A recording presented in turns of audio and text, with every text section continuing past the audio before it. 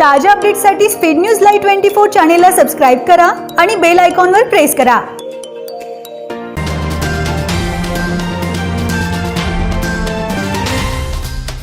Don't be afraid. Be free. Do what you want to do. Bird has wings. Woman also has wings. Just she needs to be free, be frank, and she needs to be fly. आता मी हे का बोलतीये याचं एकच reason आहे, त्यासाठी तुम्हाला याची स्टोरी पाहावी लागेल.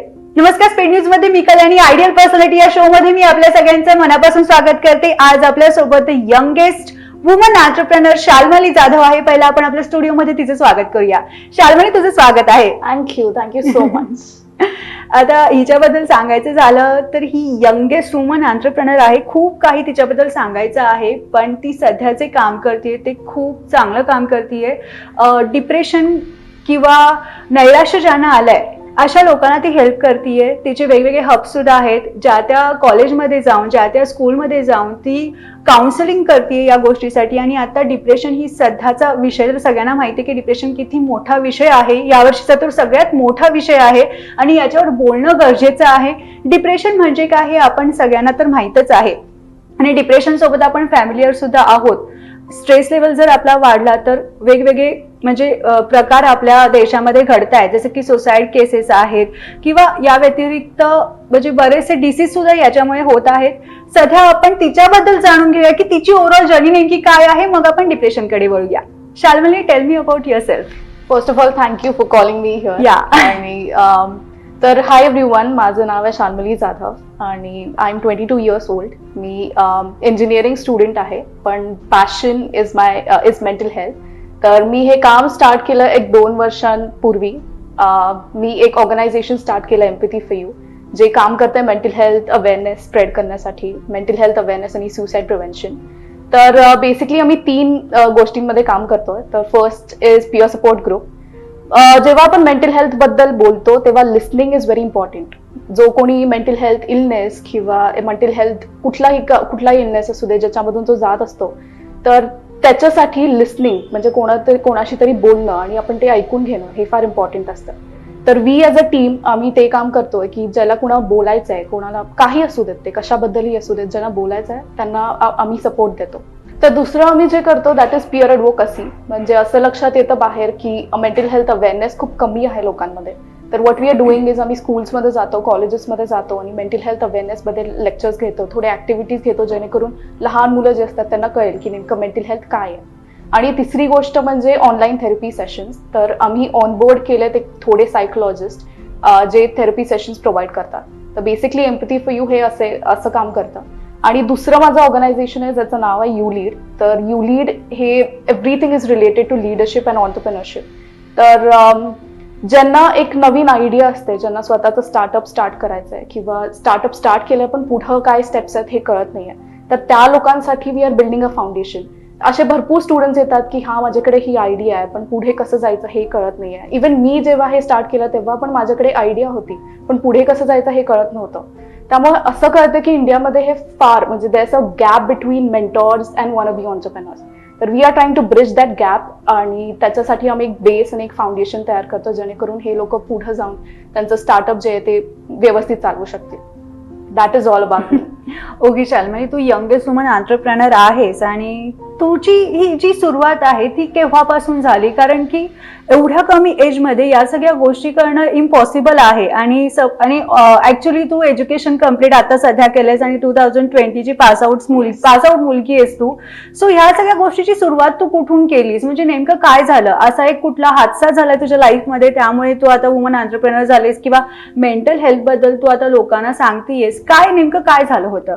ऍक्च्युली हा क्वेश्चन भरपूर एक्सपेक्टेड होता. कारण मी जेव्हा सांगितलं मी कम्प्युटर सायन्समध्ये आणि एकदम मेंटल हेल्थमध्ये कसं झालं, तर बेसिकली मी जेव्हा 12th स्टँडर्डमध्ये होते तेव्हा माझी एक फ्रेंड डिप्रेशन आलं होतं तिला. आणि तुम्हाला पटणार नाही पण 12th स्टँडर्डमध्ये असून सुद्धा मला मेंटल हेल्थ काय आहे किंवा डिप्रेशन काय आहे ह्याच्याबद्दल काही माहित नव्हतं. आणि मी जेव्हा असं when I try to find out the reason की असं का आहे, तेव्हा मला कळलं की सोसायटीमध्ये जास्त कोणी बोलत नाही ह्याच्याबद्दल. आणि अवेअरनेस खूप कमी बरोबर. आणि that somewhere ignited the fire within me की नाही I have to do something. बरोबर. आणि मला असं पण कुठेतरी रिअलाइज झालं की ती एकटी नाहीये जी या सगळ्यामधून जाते. असे बरेच यंगस्टर्स असतील, असे बरेच टीनेजर्स असतील जे सेम प्रॉब्लेम मधून जात असतील. मग असं मला कुठेतरी कळलं की आपण काहीतरी स्टार्ट करूया. बरोबर. म्हणून मग एम्पॅथी फॉर यू स्टार्ट झालं आणि मग मी हळूहळू काम करत मग आता आम्ही या 3 फेज मध्ये काम करतो. नक्कीच. आणि WHO नुसार प्रेक्षकांना मला हे सांगायचंय की 18% देशामध्ये जे लोक आहेत त्यांना ऍक्च्युली डिप्रेशन आहे. ते डिप्रेशनला बळी पडलेत आणि त्याच्यामुळे बरेचसे सुसाईड केसेस आता सध्या आहेत आणि ते सध्या यूथमध्ये आहेत. आणि मेंटल हेल्थ सध्या यूथमध्ये जपणं खूप इम्पॉर्टंट आहे, कारण जर ते नाही जपलं तर आपण कुठेतरी यूथनं गमवू शकतो. आणि ही काउन्सिलिंग जी तू करतेस त्याच्यामध्ये तुझी टीम कशी आहे, टीमने तुला सपोर्ट कसा केला, सुरुवात कशी केलीस? तर सुरुवात जेव्हा केली मी जसं म्हटलं की मी जेव्हा सुरुवात केली तेव्हा मला एक गोष्ट माहित होती की हा मला हे करायचंय, पण ते कसं करायचं हे मला माहित नव्हतं. कारण I come from the field of engineering आणि एकदमच मी मेंटल हेल्थ मध्ये आले. त्यामुळे मग मी जे बाकीचे ऑर्गनायझेशन आहेत त्यांचं काम बघितलं, ते कसं करतात बघितलं. मी इथलेच थोडे सायकोलॉजिस्ट त्यांच्या टचमध्ये होते की मला असं करायचं, मग मी कसं करू. मग असं करून ते स्टार्ट झालं आणि 1 वर्ष मी फक्त एकटी काम करत होते. सगळं काम मी फक्त एकटी करत होते. मग डिझायनिंग असेल, बाहेर जाऊन लेक्चर्स घ्यायचे असतील, सेमिनार्स घ्यायचे असतील, सगळं मी एकटी करत होते. पण आता रिसेंटली मी टीम हायर केली आणि जेव्हा मी बोलते की आम्ही पिअर सपोर्ट ग्रुप चालवतो, म्हणजे जे कोणी असतील त्यांना काहीतरी बोलायचं असेल तर आम्ही त्यांचं ऐकतो. तर हे सगळं मदत करायला मला टीम असते. आणि मग आता क्रिएटिव्ह एड आहे किंवा social media I believe is the most important tool in bringing the change.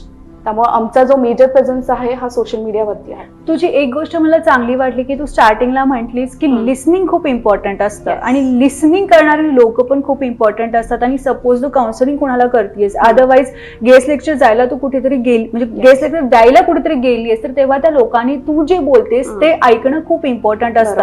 आणि अशामध्ये तुला स्टार्टिंगला बॅड एक्सपिरियन्स सुद्धा आले असतील, कारण की डिप्रेशनला लोक कॅज्युअली अजूनही घेत आहेत, कारण की त्यांना डिप्रेशन म्हणजे नेमकं काय हेच माहिती नाहीये. फॅमिलीयर तर सगळे आहोत, पण मला डिप्रेशन नाही येणार हे त्यांनी स्वतःच म्हणजे ठरवलंच आहे की डिप्रेशन मला नाही येणार, कारण की मी तर प्रॉपर सगळ्या गोष्टींमध्ये आहे. पण तो बॅड एक्सपिरियन्स तुझा कसा होता? हा, तर मी हे पण सांगितलं की आम्ही पिअर ॲडव्होकसी म्हणजे स्कूल्स कॉलेजेसमध्ये जाऊन लेक्चर घेतो. तर मी अशाच एका स्कूलमध्ये गेले होते आणि जेव्हा आपण स्कूलमध्ये जातो तेव्हा आपल्याला एका फॅकल्टीशी बोलायला लागतं किंवा त्यांचं प्रिन्सिपल असेल त्यांच्याशी बोलायला लागतं. तर जेव्हा मी फॅकल्टीला अप्रोच झाले तेव्हा मी सांगितलं की असं असं मी घेणार आहे, असे लेक्चर्स मला घ्यायचे आहे किंवा असं मुलांसाठी मला ऍक्टिव्हिटीज घ्यायच्या आहेत. तर त्यांचा पटकन रिप्लाय आला की नाही, हे आमच्या मुलांसाठी नाही लागणार. म्हणजे मला खरंच त्यावेळी कळलं नाही की अरे म्हणजे टीचर्स किंवा फॅकल्टीमध्येच अजून अवेअरनेस नाहीये, तो मुलांमध्ये कसं येईल. बरोबर आहे, कारण की फॅकल्टी कसे ठरवू शकतात की त्यांच्या मुलांना किंवा त्यांच्या स्टुडंट्सना डिप्रेशन कधी होणारच नाही, हे शक्यतो त्यांनी पण समजून घेणं गरजेचं आहे. कारण की आता सध्या तर सगळ्यांनाच माहिती आहे 2020 जे आहे 2020 जे आहे ते सगळं याच्यामध्येच गेलं. एक सेलिब्रिटी पब्लिक फेस म्हणून आपण त्याच्याकडे बघतो, आता त्याचं नाव घ्यायला नको आपण, पण शक्यतो अशा गोष्टी आपल्या लाईफमध्ये आपल्या आसपास लोकांमध्ये सुद्धा घडू शकतात आणि त्या टाळण्यासाठीच हे करणं खूप गरजेचं आहे. आणि तू खूप चांगलं काम करतेस आणि नक्कीच मला असं वाटतं की आणखी तू याच्यामध्ये तुझी टीम वाढवावी, तुझं ऑर्गनायझेशन एक वर्ल्ड वाईड लेवलला जावं, कारण की याच्यातून बरीच लोक जी आहेत ज्यांना गरज आहे तिथपर्यंत ते पोहोचतील नक्कीच. बरोबर. आणि मला हे पण जाणून घ्यायला आवडेल की आता तुझं एज्युकेशन ऑब्व्हियसली BE कम्प्लीट झालं, त्याच्या पुढे तर तू काय करणार आहेस आणि तुझी टीम आता जी तू हायर केली आहेस त्यांच्यासोबत तुझं वर्क कसं असणार आहे? तर बेसिकली आम्ही फिजिकल लेवलला काम करायचं, आमचं ग्राउंड लेवलला काम होतं. म्हणजे इथेच वर्कशॉप्स घ्यायचे, इव्हेंट्स कंडक्ट करायचे. कोल्हापूरमध्ये पण फार काम झालं, पण कोविडमुळे we had to shift entirely everything to digital. त्यामुळे मार्च पासून सगळं ऑनलाईन सुरू झालं. लेक्चर्स असतील ऑनलाईन, सेमिनार्स असतील ऑनलाईन. मग ऑनलाईन फीडबॅक कसा होता लोकांचा? ऑनलाईन उलट फार जास्त चांगलं झालं, कारण इथे मला फक्त कोल्हापूरचा ऑडियन्स मिळायचा. पण जेव्हापासून मी ऑनलाईन जास्त स्टार्ट केलं ना तेव्हा नॉर्थ इंडियाचा ऑडियन्स आहे, साऊथ इंडियाचा ऑडियन्स आहे. मला म्हणजे कंट्री लेवलला सगळी लोक आता तुझं लेक्चर बघतायत, म्हणजे जॉग्राफिकल बाउंड्रीज राहत नाही, पाहिजे तिकडे पोहोचू शकतो. आणि तुझं स्वतःचं आता तू युट्यूब चॅनल सुद्धा सुरू केलंयस, म्हणजे त्याच्या बाबतीत पण लोकांना सांग की त्यांना कळेल की त्यांना जर सपोज काहीतरी एक मदत हवी आहे तर ती तुझ्या थ्रू त्यांना मिळेल. येस, मी आत्ताच रिसेंटली युट्यूब चॅनल स्टार्ट केलंय आणि I post videos which are related to self development आणि personal growth. Most of the times असं होतं की आपण आपल्याला हॅपीनेस हा खूप पाहिजे असतो, म्हणजे आपल्याला बरोबर. खुश राहायचं असतं सगळ्यांना, किंवा आपल्याला आपले हॅबिट्स चेंज करायचे असतात. Everyone wants to be better and everyone Right. Wants to be positive. तर बऱ्याच लोकांना हे माहित नसतं की ते कसं करायचं, आणि आपण मग हा कोर्स कर, तो कोर्स कर, हे करायला जा, ते करायला जा, पण ह्याची खरंच जरूरत नाहीये. त्यामुळे तेच मी युट्यूब चॅनल मधून पोर्ट्रे करायचं स्टार्ट केलंय की तुम्हाला असं पाहिजे असेल किंवा सेल्फ ग्रोथ रिलेटेड काहीतरी असेल, तुम्ही सेल्फ डाऊट मधून जात असाल किंवा तुम्हाला काहीतरी पॉझिटिव्ह डेव्हलपमेंट हवी असेल, तर हे कसं करायचं. तर that is what I am trying to convey through my YouTube channel. Okay, मला अजून एक महत्त्वाची गोष्ट तुला विचारायची होती. आता obviously you are an engineering student, right? So most of the students they don't know about the engineering and the percentage and the whole syllabus. Yes. They actually don't know anything, they don't know. So मला काय विचारायचं होतं की suppose आता तू engineering student नाही आहेस आणि बाकीची लोक जी आहेत त्यांना तुला काहीतरी सांगायचंय सर, तर तू काय सांगशील त्यांना? तर मला मी स्पेसिफिकली हा युथला मेसेज देईन की आपण मोस्ट ऑफ द टाइम्स की मला हे ऑर्गनायझेशन स्टार्ट करायचं, मला असं करायचं, मला माझी कंपनी सेटअप करायची, असं म्हणून आपण जे काम करायला लागतो, ह्याच्यापेक्षा मला असं म्हणायचं की तुम्ही ह्याच्यासाठी काम करा. म्हणजे don't work in order to be successful, right, but work in order to live your legacy behind. Okay. म्हणजे even if you die, people must say की okay, she was Shalmali and she has left her own legacy behind. आणि main म्हणजे practical गोष्टी important असतात की theoretical गोष्टी important असतात? I would give preference to practical, right. कारण मी जेवढं एक्सपिरियन्स केलंय त्यातून मी शिकत गेले. Okay. नॉर की मी हे बुक मध्ये वाचलं आणि I wrote it in the exam. ह्याच्यातून मला खरंच सांगते मी Okay. काहीच शिकायला आणि मिळालं. नॉलेज इम्पॉर्टंट आहे या सगळ्यामध्ये. Yes. तेव्हा तुम्ही प्रॅक्टिकली गोष्टी करू शकता. Yes. आणि मेन म्हणजे पर्सेंटेज इम्पॉर्टंट असतात की परत प्रॅक्टिकल गोष्टी इम्पॉर्टंट असतात? मी तुला हे का विचारते, कारण की लोकांना हे समजू दे, कुठेतरी अशा पण गोष्टी आहेत, असे पण एक्सपिरियन्स आले असतील तुला की ज्यांना पर्सेंटेज कमी आहे, त्यांनी सुसाईड अटेम्प्ट केलाय किंवा त्यांची मेंटल हेल्थ बिघडली आणि वेगवेगळे डिसीज होत आहेत. आणि डिसीज असे आहेत ते कॅन्सर सुद्धा आहेत. त्याच्यामध्ये हा एकमेव सुद्धा आजार आहे, एकमेव असं म्हणता येते, हा एक आजार त्याच्यामध्ये सुद्धा आहे की कॅन्सर सारखे डिसीज आपल्याला होऊ शकतात आणि कुठेतरी ब्रेनमध्ये आपल्याला अटॅक येऊ शकतो. अशा बऱ्याचशा गोष्टी झाल्या. त्यामुळे मी तुला विचारते की पर्सेंटेज इम्पॉर्टंट आहेत का एज्युकेशन मध्ये? मी इम्पॉर्टंट नाही असं म्हणणार नाही. बरोबर. कारण असे बरेच हे असतं की ओके, मला हे कॉलेज पाहिजे तर इकडे एवढे पर्सेंटेज लागतातच, त्यामुळे मी इम्पॉर्टंट नाही असं म्हणणार नाही. पण मी एवढं सांगेन की पर्सेंटेज एवढे मिळाले म्हणजेच तुम्ही सगळं झालं असतं. बरोबर. त्यामुळं नुसतं पर्सेंटेज चांगलं मिळवून किंवा ओके मला हे कॉलेज मिळवून म्हणजे मी सगळं झालो असं पण नाहीये. माझ्या जवळच्या लोकांचं मी तुला सांगते की माझी एक फ्रेंड आहे, तिचं मी नाव नाही घेत, तिची एक हायर लेवल होती आणि तिने असं ड्रीम बघितले ना, ते कम्प्लीट करण्यासाठी तिला हाय पर्सेंटेजची गरज होती आणि तिला ऍक्च्युली क्रॅक करायची होती एक्झाम आणि त्याच्यामुळे तिला पर्सेंटेज भेटले. पण त्यासाठी ती जेवली नाहीये 2-3 महिने, पाणीकडे तिचं लक्ष नाहीये, फ्रुट्सकडे लक्ष नाहीये, बाहेर कुठे जात नव्हती, लोकांकडे तिचं बोलणं कमी झालं होतं, कम्युनिकेशन तिने खूप कमी केलं होतं आणि एका रूम मध्ये फक्त स्टडी करत ती बसायची, कारण की तिचं एक ड्रीम आहे ते तिला कम्प्लीट करायचं होतं आणि आता ती एक्झॅक्ट तेच झालीये. पण हे बरोबर वाटतं का तुला? मी असं म्हणेन की फुल 100% बरोबर नाहीये, कारण you are running behind something. आणि when you are running behind something you forget to live in the present moment. Right. तर जेव्हा ती 2-3 महिने हे करत होती तर तिनं बरेच काय मोमेंट्स मिस केले असतील जे तिला परत नाही मिळणार. आणि exam and percentage is part of your life, right? Yes. म्हणजे त्यामुळे मी कसं माहितीये का, मला बरेच वेळा असं विचारलं जातं की तुझे लॉंग टर्म गोल काय आहे किंवा शॉर्ट टर्म गोल काय. बरोबर.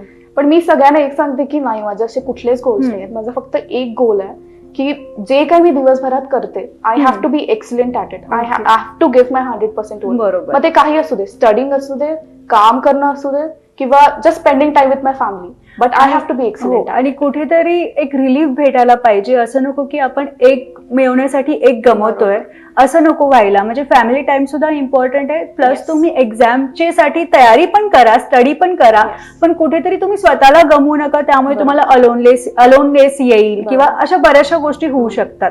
तू जे म्हटलीस ना त्याच्यावरून आता मला एक सांगावं असं वाटतं की फॅमिली टाइम इम्पॉर्टंट नाहीये. स्पेशली युथ मध्ये असं होतंय की आपण नुसतं काम, hustle culture, grind culture, right, हे जे सोशल मीडियाने खूप मोठं करून ठेवलं ना, हे मला खरंच वाटतं की हसल आणि ग्राइंड कल्चरच्या मागे लागण्यापेक्षा आपण सस्टेनेबिलिटी बरोबर आहे. व्हॉट इज सस्टेनेबिलिटी, की तुम्ही काम करा, कामाच्या वेळेत काम करा, but the rest of the time should be given to your family, should be given to True. Your hobbies, should be given to doing something that you love. Right. That is very important. And we have to give your time. We have to give our time to family also, friends also, to our work also. You can do whatever you want to do, but please give your time some to your family also. आणि मी हे का म्हणते, कारण की आपण कुठेतरी एकलकोंडे होत आहोत आणि एकलकोंडे जर झालो तर आपल्याला मेंटल इश्यूज व्हायला लागतात आणि त्यातून कुठे डिप्रेशन लेवल वाढते. म्हणजे आता या व्यतिरिक्त बाकीच्या शोज मध्ये पण मी त्यांना सांगतच असते की डिप्रेशन म्हणजे काय आहे आणि डिप्रेशनमुळे काय होऊ शकतं. आणि एक्झॅक्ट तुम्हाला वे मिळाला तर तुझ्याकडून सांगण्याचा वे मिळाला, कारण की तू जे सांगितलंस ते प्रॉपर व्यवस्थित सांगितलंस आणि मला असं वाटतं ते प्रेक्षकांना व्यवस्थितरित्या समजून जाईल. बरोबर. लोनलीनेस हा एक असा पार्ट आहे ना जो डिप्रेशन मध्ये खूप मोठा रोल प्ले करतो.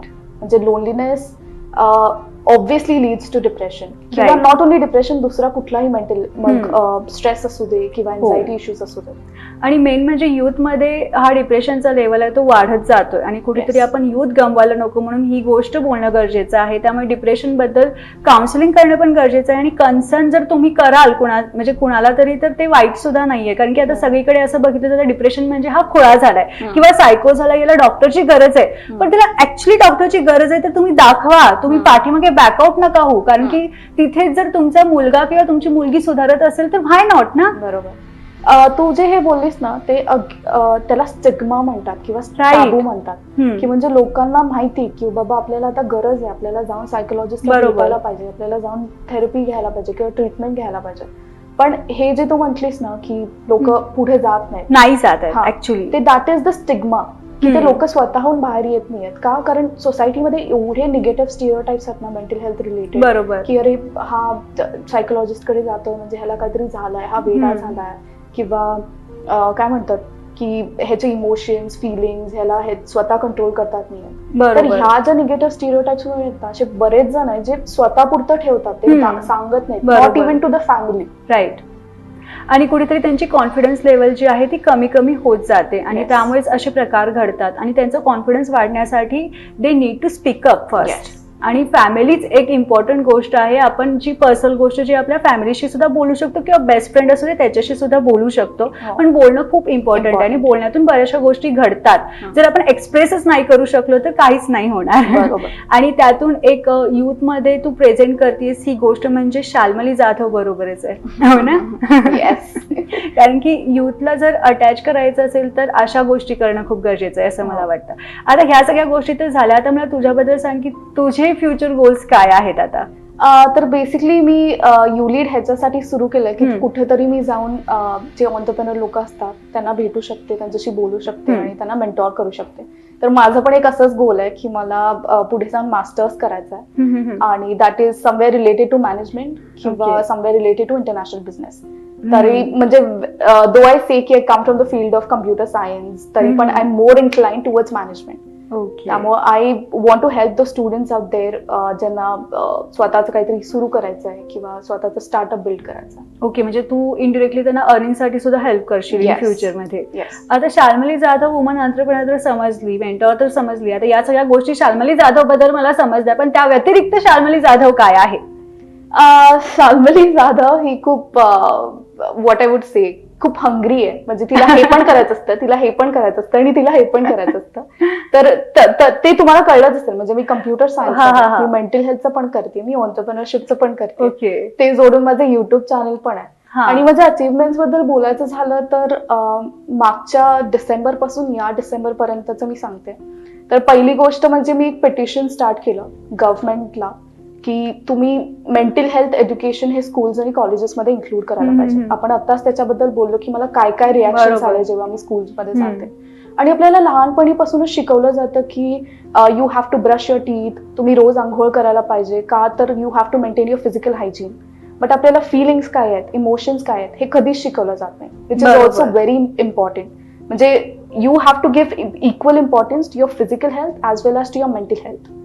तर हे मी स्टार्ट केलं. दुसरं म्हणजे I was also invited by the chief administrative secretary of Kenya, her name is Nadia, for the interview. आणि तिथं पण आम्ही डिस्कस केलं की यूथ आणि मेंटल हेल्थ. की कसं आपण यूथचं मेंटल हेल्थ इम्प्रूव्ह करू शकतो, काय काय आपण करू शकतो त्याच्यासाठी. ते झाल्यानंतर मी एक टेड टॉकचं मॉडरेटर पण होते. टेड टॉक आपल्याला माहिती आहे, त्याचं मॉडरेटर होते. देअर आय डिस्कस रेझिलियन्स, की रेझिलियन्स कसा बिल्ड करायचा. तर अशा बरेच गोष्टी आहेत जे मी मागच्या वर्षात झालेत किंवा या वर्षात झालेत. ओके, खूप चांगली कामगिरी करतीये शाल्मली जाधव. खूप छान वाटतं तुझ्याशी बोलून. आणि मेंटल हेल्थ काय आहे, डिप्रेशन काय आहे हे पण तू चांगल्या पद्धतीने सांगितलंस. आणि तुझं जे ऑर्गनायझेशन आहे, मी आशा करते की इन फ्युचर तू खूप मोठी व्हावीस आणि एक बेस्ट वुमन एंटरप्रेनर म्हणून वर्ल्ड वाईड मध्ये तुझं नाव असावं, कारण की खूप मोठी गोष्ट आहे. आणि सध्या यूथमध्ये ही गोष्ट जी करणं गरजेचं आहे ते तू करतेयस आणि तुझी टीम करते, आणि तुझी टीम खूप वाढावी, खूप छान पद्धतीने तुझं काम व्हावं. आणि इथून पुढच्या वाटचालीसाठी मी तुला खूप छान शुभेच्छा देते. आणि तू आमच्या स्टुडिओमध्ये आली आहेस आणि आमच्यासोबत गप्पा मारलास, त्यासाठी मी खरंच आभारी आहे. Thank you Shalmali. Thank you Kalyani, and thank you Speed News 24 का team for thank you so much for bringing me or inviting me here to come and talk about mental health. आणि रोजच्या ताज्या अपडेटसाठी पाहत राहा speed news live 24. Stay live, stay update. धन्यवाद.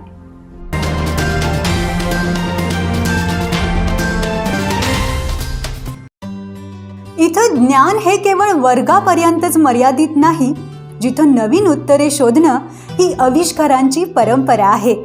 ज्ञानगंगा शिक्षण प्रसारक मंडळ माळवाडी संचलित Shripatrao Chougule arts and science college. उपलब्ध वर्ग: bachelor of vocational education in computerise art and sketch technology, advance diploma in fashion designing, diploma in sports fitness and exercise and photography. अनुभवी आणि तज्ज्ञ शिक्षकांसोबतच तंत्रज्ञानाची जोड असलेले Shripatrao Chougule arts and science college, Malwadi Kotoli, taluka Panhala, जिल्हा कोल्हापूर. अधिक माहितीसाठी संपर्क 023 28 254 227 आणि 800 74 69 091.